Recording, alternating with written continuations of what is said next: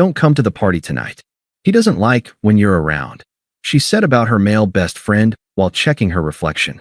I said, "Okay," and stayed home. Packed all my things instead. She came home at 2 a.m. to an empty apartment. Called panicking. I said, "Don't worry. Now he never has to see me again," and hung up. Hey viewers, before we move on to the video, please make sure to subscribe to the channel and hit the like button if you want to see more stories like this. Thanks. I've always been a foundation guy. Some people are the fireworks, bright, loud, and gone in a flash, but I'm the guy who makes sure the house doesn't fall down. For 4 years, I was the foundation for Maya. When she wanted to quit her corporate job to find her creative voice in social media marketing, I was the one who covered the rent on our downtown 2-bedroom. When her car broke down, I gave her mine and started taking the bus to my job as a senior systems analyst. I didn't mind.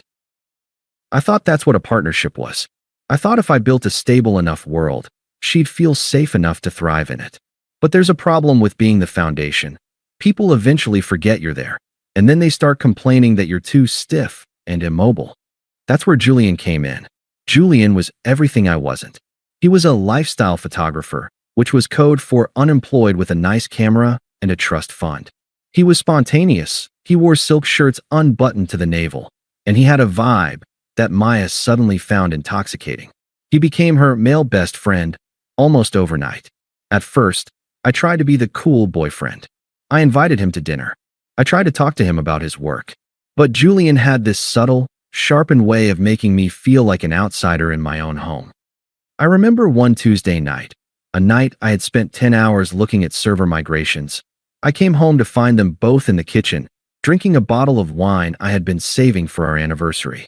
"Oh, Mark, you're home," Maya said, not even looking up from her phone. "Julian was just telling me about this underground gallery opening. We're thinking of going." "On a Tuesday?" I asked, setting my briefcase down. "Don't you have that client meeting tomorrow morning, Maya?" Julian let out a short, airy laugh. He swirled the wine in his glass, my glass, and looked at me with a pitying smile. "See, that's the thing, Mark. You're always thinking about the meeting or the schedule. Maya is an artist. Artists need to follow the energy. You can't put a deadline on inspiration." Maya nodded, looking at him like he had just recited scripture. "He's right, Mark.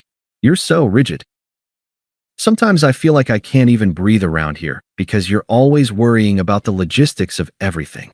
"I'm worrying about the logistics because the logistics are why this apartment has electricity, Maya," I said, trying to keep my voice level. She rolled her eyes, a gesture that had become her primary form of communication with me. "God, here we go again with the money. You're so heavy, Mark. You bring this weight into the room." Julian and I were having such a light, beautiful conversation, and the second you walk in, the vibe just dies.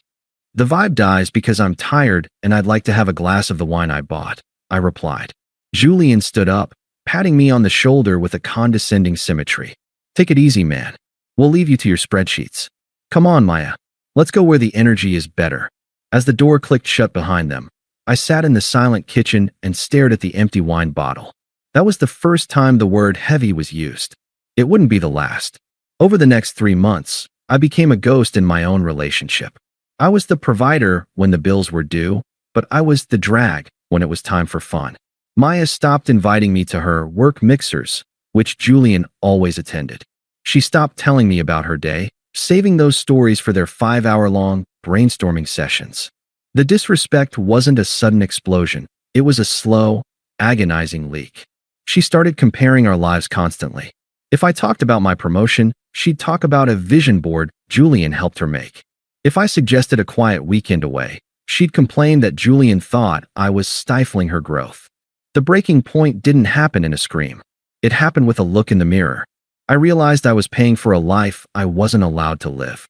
I was the one working the financially boring job so she could play at being a socialite with a man who looked at me like I was a service animal. I started making my own logistical plans. I didn't tell her. I didn't argue. I just started quietly untangling my life from hers. I moved my personal savings to a private account. I signed a lease on a new place. I waited for the moment when she would finally drop the mask completely. I didn't have to wait long. The Friday of the Black and Gold Gala was when the foundation finally cracked. This wasn't just any party. It was the launch of a new creative collective Julian had been consulting for. For weeks, Maya had been obsessing over it. She bought a $300 silk slip dress and a pair of heels that cost more than my monthly car payment, all on our joint credit card. I walked into the bedroom to find her standing in front of the full-length mirror, adjusting the strap of her dress. She looked breathtaking, but when she saw my reflection in the glass, her expression didn't soften. It tightened. "What are you doing, Mark?" she asked, her voice clipped. "Getting ready," I said, loosening my tie. "The gala starts at 8, right?" She stopped what she was doing and turned around. She let out a long, weary sigh. "Mark, about tonight. I think it's better if you stay home." I froze with my hand on the zipper of the suit bag. "Excuse me. Don't come to the party tonight," she said, turning back to the mirror to apply a layer of dark red lipstick. "It's a very specific crowd. Creative directors, influencers, people in the flow. Julian and I talked about it, and he doesn't like when you're around."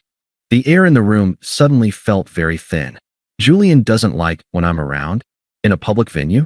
For a party you're attending as my partner? Don't get all technical on me, Mark. This is exactly what I mean. You're already making it an argument. Julian says that when you're there, I'm constantly looking over my shoulder, worrying if you're bored. You make the energy so heavy. He says he can't be his true creative self when he has to feel the weight of your corporate judgment. My corporate judgment. I repeated, my voice dropping an octave. You mean the judgment that pays for that dress? The judgment that's currently funding Julian's creative self because he hasn't paid for a single drink in 3 months. She slammed her lipstick down on the vanity. God, is that all you have? Money? This is why he doesn't want you there. You're a buzzkill, Mark. You're a safety net that started to feel like a cage. Tonight is about my career. And honestly, you aren't part of that flow. I looked at her, really looked at her. The woman I had sacrificed my dreams for was standing there, dressed in my hard work, telling me I was a cage because a trust fund parasite found my presence inconvenient. The old me would have argued. I would have yelled.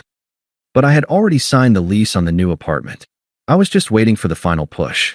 "Okay," I said. She paused, her hand halfway to her earring. "Wait, what?" I said, "Okay. I won't come." She blinked, looking almost disappointed that I wasn't putting up a fight. "Oh, well, good. It's for the best, Mark. Truly. Why don't you just order a pizza? Do whatever it is you stable guys do. I'll be home late." "I'm sure you will," I said. She grabbed her clutch and walked out. The second that door closed, the weight vanished. I didn't order a pizza. I picked up my phone and sent a one-word text to a number I'd saved a week ago. Go. 10 minutes later, a white, unmarked van pulled into the loading zone of our building. 2 professionals who specialized in discreet, rapid relocations met me at the service elevator. I had been a systems analyst for a decade. I knew how to move data without leaving a trace. Moving furniture was just a physical version of the same logic. Everything with a blue sticker stays, I told them. Everything else goes. I want this place looking like I was never a resident. They worked with clinical efficiency. As they dismantled my desk and packed my books, I walked through the apartment one last time. I felt like a ghost haunting my own life. I cleared out my shaving kit and my expensive cologne. I left her luxury soaps and her 10-step skincare routine untouched. By 11:30 p.m., I was standing in my new apartment across town. It was smaller, but it was high up. The walls were white, the floors were dark hardwood, and through the floor-to-ceiling windows, the city lights looked like a circuit board. It was clean. It was quiet. It was mine. At 2:12 a.m., my phone began to vibrate on the glass coffee table. Maya calling. I let it ring. Then came the texts. Maya, Mark? Where are you? The lights are off.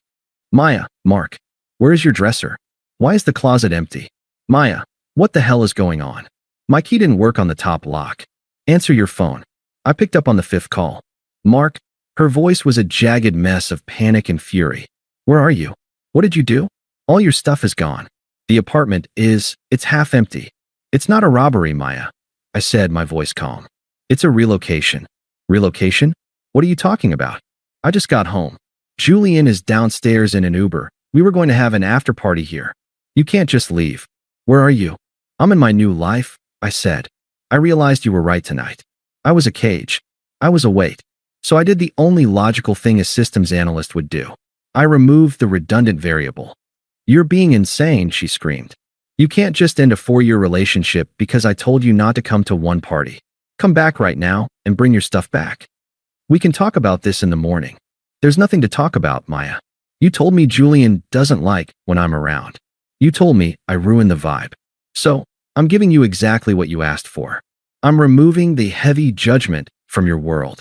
Mark, please, she said, her voice dropping into that manipulative, breathy tone. Julian is right here. He thinks this is hilarious, but I'm actually scared. I don't have the rent for next month without you. You know that. I looked out at the city lights. I didn't feel a flicker of guilt. Tell Julian to find his creative flow and use it to pay the landlord, I said. Since he's the one who doesn't like me being around, I decided to make it permanent. You're a monster, she spat. You're doing this to punish me. No, Maya. I'm doing this to preserve me, I replied. Don't worry. Now he never has to see me again. I hung up and blocked her. The first month of my new life was defined by silence. But while my world had grown quiet, Maya's was becoming a cacophony. The logistics she so despised were finally catching up to her. Our rent was $4,000 a month. Maya's creative consulting brought in maybe $1,500. Julian, as I suspected, had the financial footprint of a ghost. They flying monkeys were the first to breach the perimeter. 2 weeks later, I received a call from her mother, Linda. Mark, Maya is in a complete state, she snapped. Do you have any idea what you've done? She's received a notice to quit from the landlord. She says you closed the account. I didn't close her account, Linda, I said. I closed my account. Maya is an adult. She wanted her freedom, and she has it. This is retaliatory and frankly, it's beneath you, Linda hissed. You were the provider. You have a moral obligation to ensure she isn't on the street. You need to come over there, pay the arrears, and sit down like a man. Linda, let me be very clear, I said. I have no obligations to a woman who told me I was a cage while wearing clothes I paid for. If she's worried about the rent, tell her to ask Julian. I hear his creative flow is very lucrative. I hung up before she could respond. A few days later, I heard from Sarah, a mutual friend. It's bad, Mark, Sarah sighed. Julian is gone. The second the notice to vacate hit the door, he suddenly realized he had a calling to do a shoot in Tulum. He left her with the utility bills and a dry cleaning tab. Maya is selling her designer bags just to buy groceries. I feel the peace of my own home, Sarah, I replied. That's all. Maya spent months telling me I was heavy. I've simply removed the problem. If she's struggling, it's because she built a life on a foundation she didn't own. That's not a tragedy. It's physics. Maya's attempts to reach me shifted from anger to a pathetic, performative desperation. Since she was blocked, she started sending professional emails to my work address. Email from Maya. Mark, I'm being evicted. I have nowhere to go. My mom won't take me in. Please. I know I said things I shouldn't have, but I was just frustrated. I miss my best friend. Just lend me $5,000 and I'll never bother you again. Please don't let me be homeless. I didn't reply. I let it sit there, a digital monument to the safety net she had so casually shredded. The final blow came when Julian's creative collective was exposed as a literal Ponzi scheme. He hadn't been a consultant. He'd been a scout for a fraud ring. Her reputation in the marketing world was incinerated overnight. 8 months later, the world looked very different. I had been promoted to Director of Systems Architecture. I was standing in the VIP lounge of the city's most prestigious tech gala to receive an Innovator of the Year award. I was finishing a conversation with a venture capitalist when I saw a woman standing near the service entrance. She was wearing a dress that looked familiar, the same silk slip dress she'd worn the night she told me not to come to the party. But it didn't fit right anymore. She looked diminished. She was working the event as a brand ambassador, handing out gift bags to the people she used to pretend were her peers. Our eyes met. She handed her tray to a coworker and walked toward me. Mark, she whispered. Hello, Maya. You look incredible. I saw your name on the program. I couldn't believe it. It's been a busy year, I said. Mark, I've tried to reach you so many times. I'm so sorry. Julian was a monster. He used me. I'm living in a boarding house, Mark. I'm working 3 jobs just to keep my head above water. She reached out to touch my arm, but I stepped back. I heard things were difficult for you, I said calmly. Difficult? It's been a nightmare. I realized now that you were the only real thing in my life. You were my rock. Can we please just go somewhere and talk? I don't want your money, I swear. I just want to hear your voice. You are hearing my voice, Maya. And what it's telling you is that there is nothing left to discuss. How can you be so cold? She sobbed. For years. Does that mean nothing to you now? It meant everything to me then. I said, my voice clear and steady. But you made a very specific choice. You told me that my presence was heavy. You told me that I was a cage. I simply respected your opinion. I stepped out of the way so you could have the life you wanted. But I was wrong, she wailed. Being wrong doesn't undo the damage, I replied. You didn't just make a mistake, Maya. You spent months systematically devaluing the person who cared for you most. You lost me because you showed me exactly who you are when you think you don't need me anymore. She looked at me, her face contorting into that old mask of entitlement. So what? You're just going to stand there in your fancy suit and watch me drown? You're going to be that guy. I'm not watching you drown, Maya. I said, checking my watch. I'm not watching you at all. I haven't thought about you in months. This encounter? This is the first time I've spent more than 10 seconds considering your existence since I changed my locks. I hate you, she hissed. You're a robot. Maybe, I said with a small smile. But the robot is happy. The robot is successful. And the robot is finally free of the vibe you brought into my life. I looked past her to the stage. I have to go, Maya. They're calling my name. I'd wish you luck, but I think you've already had all the luck you're ever going to get. You just traded it all for a vibe. I walked away. I didn't look back to see her standing there in her wrinkled dress. I walked up onto that stage, the lights blinding and warm, and I took my award.